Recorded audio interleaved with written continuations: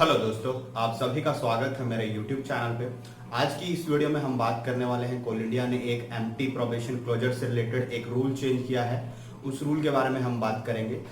तो जैसा आप सभी को पता होगा, जैसे ही आप कोल इंडिया में ज्वाइन करते हैं तो आप E2 कैटेगरी में ज्वाइन करते हैं और उसके 1 साल का जो पीरियड होता है वो ट्रेनिंग पीरियड होता है, या जिसको प्रोबेशन पीरियड भी कहेंगे।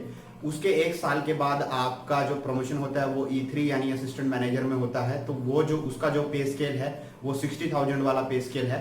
लेकिन उस प्रोबेशन क्लोज होने के लिए कुछ डॉक्यूमेंट्स लगते हैं, तो पहले उनके बारे में बात करेंगे और फिर रूल जो चेंज हुआ है उसके बारे में बात करेंगे।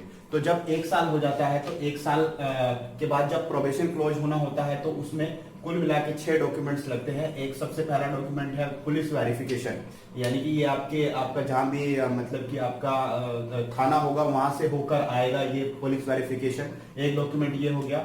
दूसरा हो गया फिर डिपार्टमेंटल क्लियरेंस, और फिर सेफ्टी क्लियरेंस और विजिलेंस क्लियरेंस। ये तीनों आपकी सब्सिडरी जो होती है, जिस सब्सिडरी में आप हैं वो कोल इंडिया को भेजता है। तो 3 डॉक्यूमेंट ये हो गए।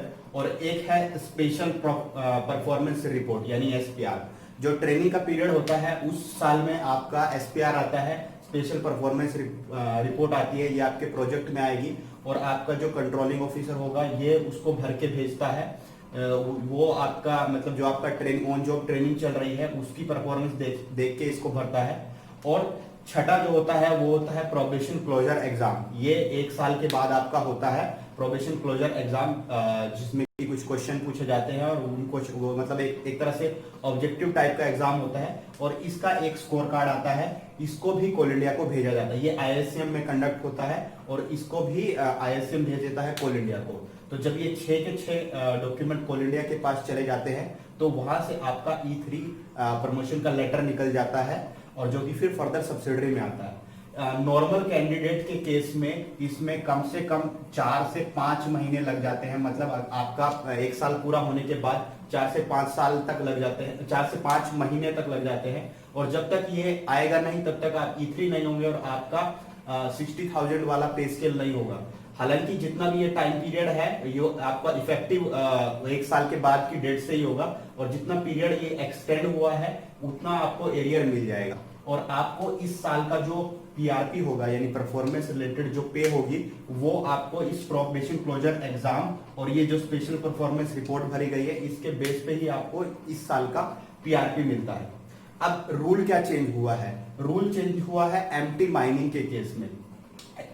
नॉर्मल कैंडिडेट के केस में ये 6 डॉक्यूमेंट लगते थे, लेकिन जो माइनिंग वाले लोग हैं उनके केस में एक 7वां डॉक्यूमेंट भी लगता है, जिसको बोलते हैं second class mine manager certificate. ये उनको लेना होता था और इसमें बहुत टाइम लग जाता था। ये DGMS यानी director general of mine safety देता है, तो इसको लेने में ही कम से कम 1 साल का टाइम लग जाता था। तो इनका प्रोबेशन माइनिंग जो एम्प्टी माइनिंग है उनका प्रोबेशन क्लोज होते होते कम से कम जो ये 1 साल है इसके बाद 1 से 1.5 साल लग जाता था। तो वो तब तक E3 नहीं हो पाते थे। E3 नहीं हो पाते तो उनको कोई रिस्पॉन्सिबिलिटी नहीं दी जाती थी और ना ही उनका ये 60,000 वाला स्केल हो पाता था। तो अभी इस रूल को चेंज कर दिया गया है। रूल ये है कि चाहे उनका ये mines manager second class certificate हो या ना हो, ये प्रोबेशन क्लोजर एग्जाम होने के बाद उनका भी प्रोबेशन क्लोज हो जाएगा यानी E3 का लेटर निकल जाएगा।